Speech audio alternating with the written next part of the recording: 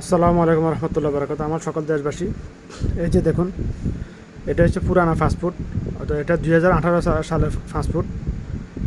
এখানে লেখা আছে this fast food is valid for all countries of the world except Israel. অর্থাৎ এটা ইসরায়েল ব্যতীত পৃথিবীর সকল দেশের জন্য বৈধ। আর এটা দেখুন, বর্তমানে যে ফাস্টফুডটা আছে এটা দেখুন, this fast food is valid for all countries of the world. অর্থাৎ এটা পুরো পৃথিবীর সকল দেশের জন্য এটা বৈধ। তো ইসরায়েলের জন্য অবৈধ, এটা এখানে লেখা নাই। অর্থাৎ ইসরায়েলও বাংলাদেশ থেকে এখন যেতে পারবে।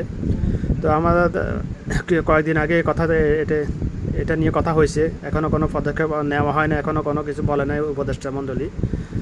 তো অবিলম্বে এটা ফাস্টফুডের লেখাটা পুনর্বহাল আগে যেরকম ছিল, 10 বছর আগে যেরকম ছিল ওই অবস্থা আনার জন্য আহ্বান জানানো হয়েছে মাননীয় প্রধান উপদেষ্টা ডক্টর মোহাম্মদ ইউনূসকে। এবং আমাদের বাংলাদেশের আমি ব্যক্তিগতভাবে এটার জন্য আবেদন করতে চাই। বাংলাদেশের সকল জনগণের এটাই চাই, জনগণের এটাই দাবি। এই জন্য সবাই এই দাবির সমর্থনে অবশ্যই এই ভিডিওটা বেশি বেশি করে শেয়ার করবেন এবং কমেন্টে জানাবেন ইনশাআল্লাহ।